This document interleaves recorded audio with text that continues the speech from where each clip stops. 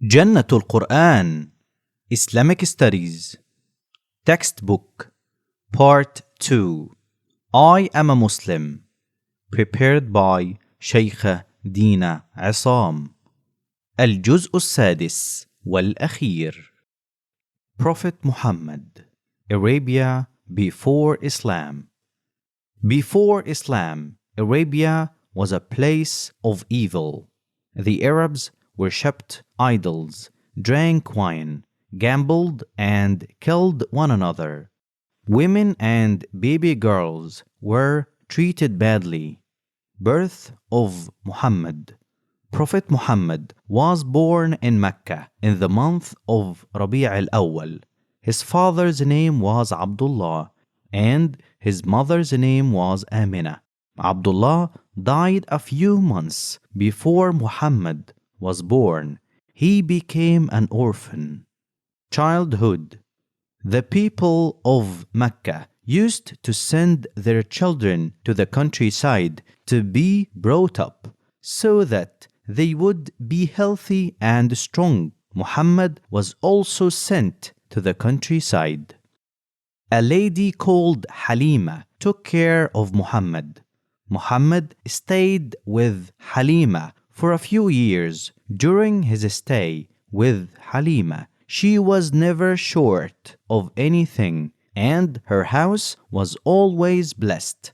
Halima knew that this child is blessed. Muhammad grew up as an obedient child. He never fought with others, nor was he unkind to people. We should always follow Muhammad's example. With Amina, Muhammad stayed with his mother for only 2 years. While returning from Medina, Amina became sick during the trip and died. Muhammad felt very sad. He was an orphan. He had lost his father and his mother. At that time, Muhammad was 6 years old. His grandfather Abdul Muttalib took him in his care. 2 years later, Abdul Muttalib passed away. At the age of 8, Muhammad went to live with his uncle Abu Talib. Abu Talib was fond of his nephew. Journey to Syria. When Muhammad was 12 years old, Abu Talib took him to Syria on a trading journey. In Syria, there was a Christian priest by the name of Bahiri. Bahiri noticed that this caravan was different. There was something special about it. He decided to invite the people to a meal and find out more.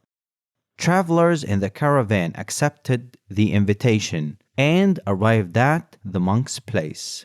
When they arrived, Bahiri searched their faces looking for something. He said that he had offered his hospitality to everyone and asked if anyone was left behind. They said that they had left a young boy called Muhammad to look after the camels. Bahiri insisted that they send someone to get Muhammad and bring him. When Bahiri saw the face of Muhammad, he recognized Muhammad as the future prophet of Allah. Bahiri asked Muhammad a series of questions, such as how he sleeps, what he sees when he sleeps, what he thinks about, and what he does all day. The young Muhammad answered truthfully, which convinced Bahiri of who he is. After having food, Bahiri spoke to Abu Talib and asked him of his relationship to Muhammad. Abu Talib first replied saying that he was his son. Bahiri said that could not be possible. Then Abu Talib said that Muhammad was his nephew. Bahiri told Abu Talib that Muhammad would be a great prophet one day. Marriage. Prophet Muhammad was a very honest and fair man. They started to call him الصادق الأمين, the truthful, the trusted. He was kind and honest in everything that he did. Muhammad worked for a rich widow called Khadija, since he looked after her possessions in a very trustworthy manner.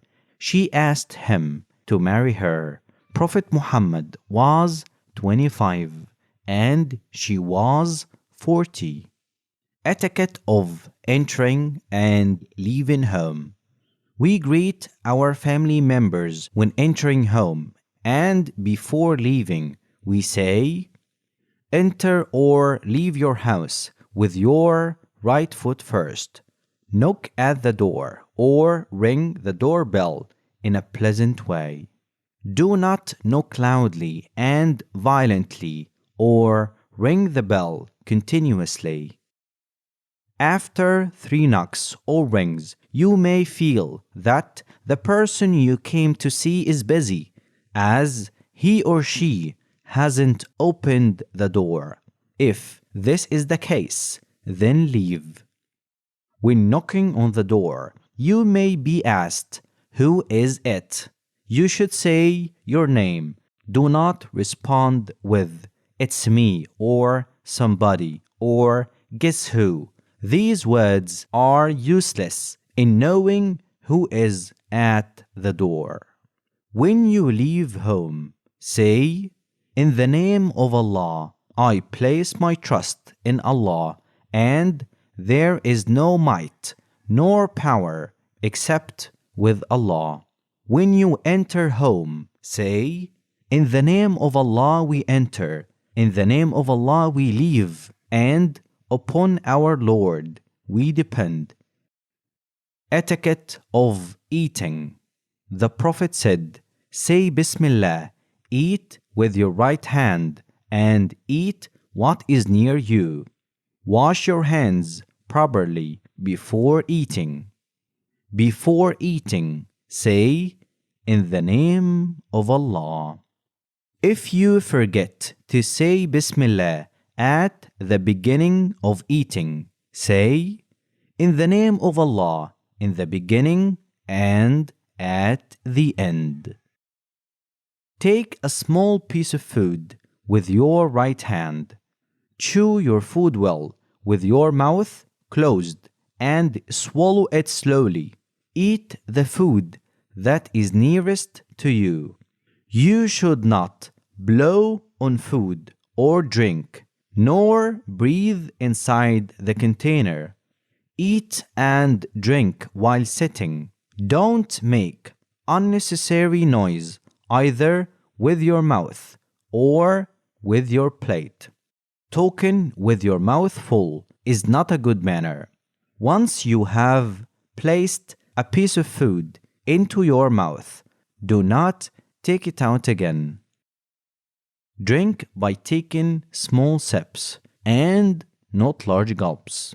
Don't drink in one go. Take 3 turns. Between each turn, take your break. Drink from a glass or a cup, not directly from the bottle.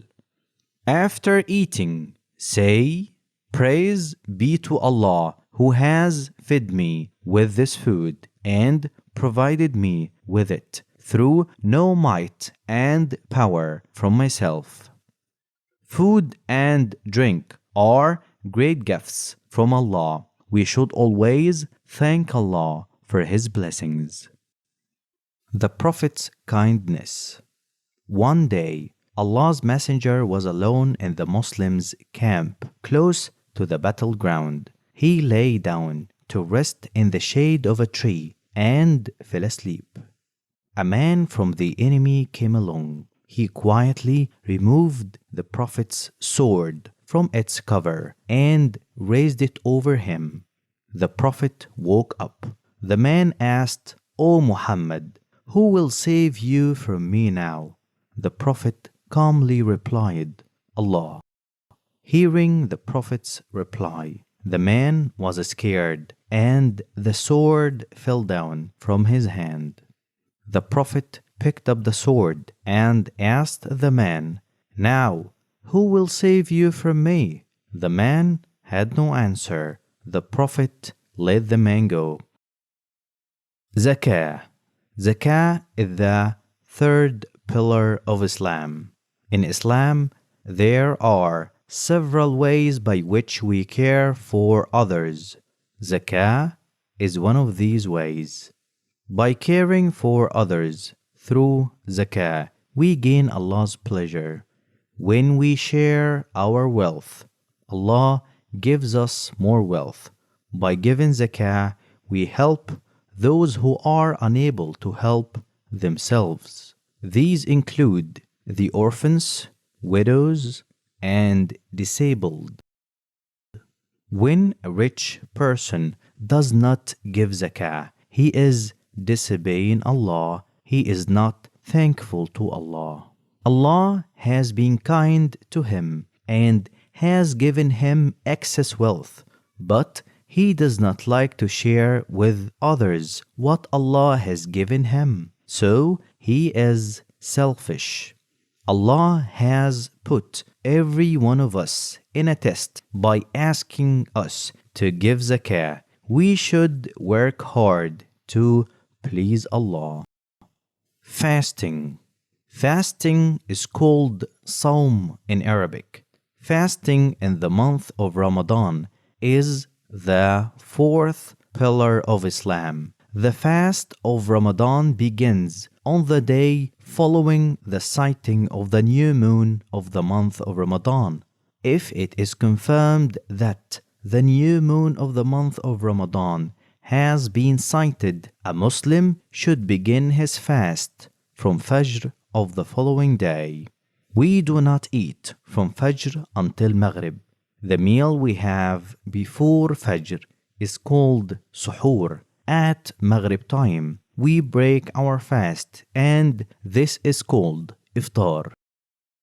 Why do we fast? We fast as Allah asked us to fast in Ramadan. We fast so we can become better Muslims. We fast because it teaches us patience. We fast so we can thank Allah for the food we have and think about the poor and hungry people. Hajj and Umrah. Hajj is the pilgrimage to the Kaaba in Mecca during the month of Dhul Hijjah. Through Hajj, the pilgrim learns to control himself. He purifies himself and tries to do good to others. He should try to continue to be good after he returns from Hajj. Muslims who have enough money should go to Hajj. They do the following. Tawaf. Walk around the Kaaba 7 times. Sa'i. Walk up Safa and Marwa 7 times. Go to Arafah on the 9th of Dhul Hijjah. Go to Muzdalifah and stay one night. Go to Mina. Sacrifice an animal. Muslims also visit the Prophet's masjid in Medina and pray there. They drink Zamzam water and make du'as.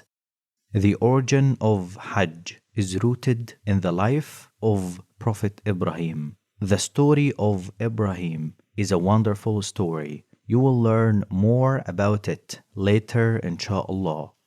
Umrah means a lesser pilgrimage. Umrah may be performed at any time of the year, while Hajj has its fixed time. You will learn more about it later, inshallah. The Islamic calendar.